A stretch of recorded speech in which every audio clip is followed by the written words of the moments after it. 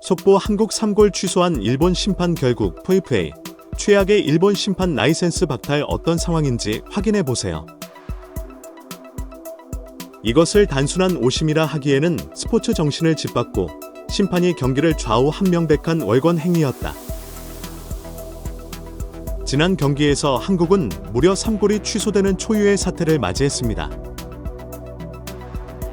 골망을 흔들 때마다 반복적으로 울리는 휘슬의 선수들과 팬들의 좌절감은 상상을 초월했는데요. 문제는 여기서 끝나지 않았습니다. 심판의 자질을 의심케 하는 판정들이 경기 내내 수십 차례 반복되며 상황은 더욱 심각해졌습니다.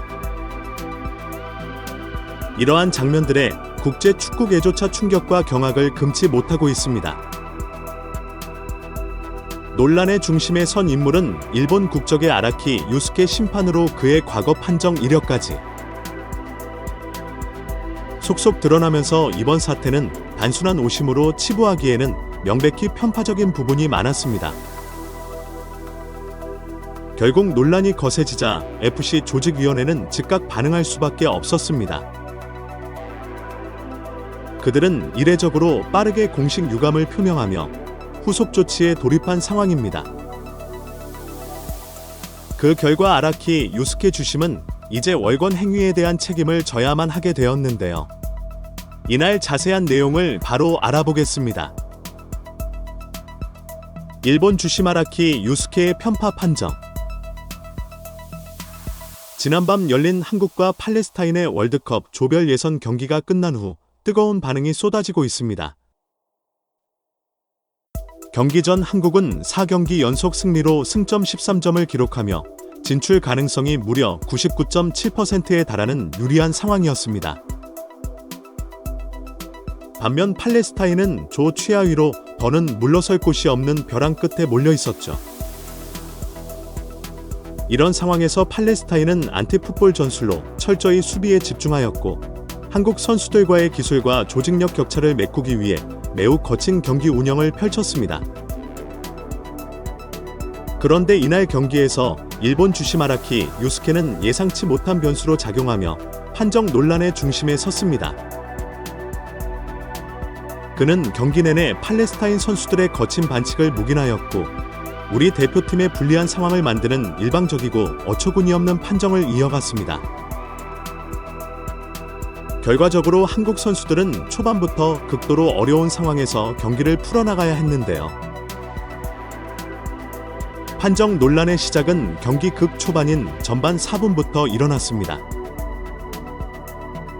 측면에서 이강인의 탈압박 이후 날카로운 패스가 서령우에게 연결되었고 서령우가 박스. 안으로 크로스를 넘긴 순간 팔레스타인 수비수 하미드 마이어로의 백태클로 이재성이 넘어졌습니다. 이는 명백한 반칙처럼 보였지만 주심은 휘슬을 불지 않았습니다. 이에 한국 선수들이 격렬히 항의했음에도 주심은 상황을 무시하고 경기를 진행시키는데요. VAR 검토 결과 이재성과 하미드의 발이 거의 동시에 공에 닿은 것으로 확인되었습니다. 그러나 일본 주심은 하미드의 발이 먼저 공을 건드렸다고 판정하며 팔레스타인 수비수의 백태클을 반칙으로 인정하지 않았습니다. 다소 애매했던 상황. 결국 브라질은 원심을 따르면서 페널티킥이 선언되지 않았던 것이죠. 하지만 중계진들은 이것이 명백히 한국에게 불리하게 작용한 판정이라고 지적하며 비디오 판독의 취지는 애매한 상황에서 명확한 결정을 내리기 위함인데 이번 판정은 그 취지를 완전히 무시한 것이라고 강하게 비판했습니다. 그들은 이어 이재성이 공을 먼저 터치했는지 여부는 중요한 논점이었지만 문제는 하미드의 태클 위험성을 동반한 과격한 행동이었다는 점을 짚었습니다. 때문에 페널티킥 선언에 충분한 근거가 될 수 있었던 상황이라고 설명했습니다. 심판 자질을 의심케 하는 판정. 또한 비슷한 상황에서 대부분의 심판들은 수비수의 태클을 반칙으로 간주하는 경우가 많은데 이번 경기에 주심의 성향이 관대하다고 표현하기에는 어려울 만큼 심판의 자질을 의심케 하는 판정이었다고 비판했습니다. 문제는 이번 경기 논란이 될 만한 판정들은 이제 시작에 불과했다는 것인데요. 이날 팔레스타인 선수들은 공을 노리기보다는 선수를 겨냥한 거친 플레이를 일삼았습니다. 특히 손흥민이나 이강인 등 한국의 핵심 선수들을 향한 견제는 노골적이고 위험할 정도로 거칠었죠. 하지만 전반전 내내 주심은 단 한 장의 경고도 꺼내지 않았습니다. 이러한 판정은 경기의 흐름을 왜곡하며 실력 차를 반칙으로 메우려는 팔레스타인에게 매우 유리한 상황이 되었죠.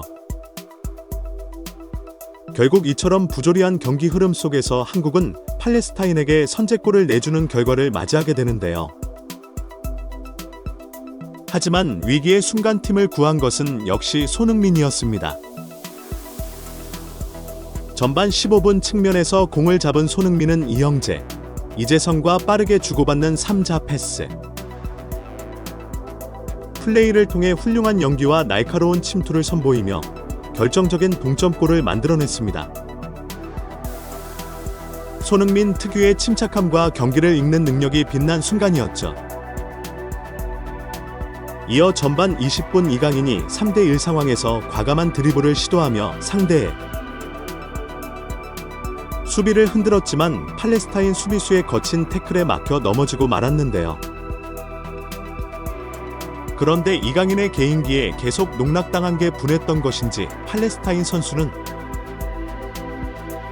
넘어져 있는 이강인에게 다가가더니 갑자기 머리를 가격하는 충격적인 장면이 포착됩니다. 그럼에도 주심은 아무런 제재 없이 경기를 진행하는데요. 그는 어처구니없게도 태클에 넘어진 이강인이 아니라 다른 곳을 주시하고 있었죠. 축구 전문가들은 경기 중 선수의 머리를 가격하는 행동은 피파 규정상 즉각적인 퇴장감에 해당한다며 이런 행동이 제재 없이 넘어간 것은 심판으로서 있을 수 없는 결정이라고 강하게 비판했습니다.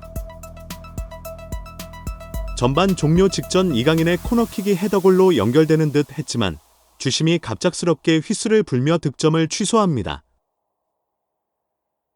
이재성은 황당한 판정에 놀라 어처구니없어하는 장면이 카메라에 잡혔지만 주심은 박용우의 헤더 이전에 조유민이 자리 싸움에서 반칙을 범했다며 득점을 인정하지 않았는데요. 그러나 이 판정은 중계진은 물론 한국 선수들조차 쉽게 납득할 수 없는 상황이었습니다. 코너킥 전 상황을 면밀히 검토해봐도 조유민의 움직임에서 명백한 반칙성을 확인하기 어려웠기 때문입니다. 중계진들 역시 축구에서 흔히 발생하는 수준의 신체 접촉만 있었을 뿐이라며 조유민 외에 한국 선수들을 살펴봐도 문제가 되는 행위는 없었다고 지적했는데요. 손흥민 득점 취소. 더 큰 문제는 전반전 동안 주심이 팔레스타인에 계속되는 반칙에도 경고를 한 장도 주지 않을 만큼 거친 플레이를 묵인한 결과 손흥민을 향한 반칙이 더욱 거세졌다는 것입니다. 심지어 주심은 손흥민이 골을 넣으며 경기를 결판짓는 순간 그의 득점을 취소하며 논란을 더욱 키웠습니다. 80분경 손흥민은 팔레스타인의 뒷공간을 완벽히 허물며 득점에 성공했지만 주심은 또다시 휘슬을 불며 오프사이드 판정으로 골을 무효화했습니다. 손흥민은 오프사이드가 아니었다고 강력히 항의했지만 주심은 비디오 판독 결과를 근거로 판정을 번복하지 않았습니다. 그러나 논란의 중심은 바로 비디오 판독 결과였는데요.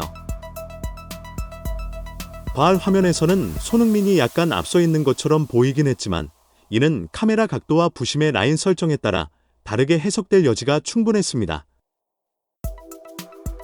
가장 큰 문제는 부심이 정확한 라인을 잡지 못했다는 점인데요. 라인 설정이 손흥민과 팔레스타인의 수비수 카밀로 실바나의 위치가 아닌 그보다 뒤를 기준으로 했다는 사실이 드러났기 때문입니다. 이는 부심이 손흥민보다 뒤쪽에서 상황을 관찰하고 있었기 때문에 오프사이드 여부를 정확히 판단할 수 없었음을 의미했습니다.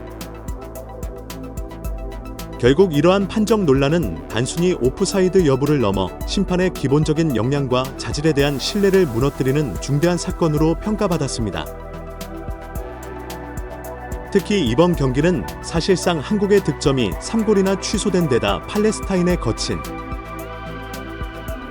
반칙을 묵인하는 편파적인 판정이 계속되면서 논란은 더욱 거세질 수밖에 없었습니다. 아라키 유스케 심판의 과거 행적과 징계 절차.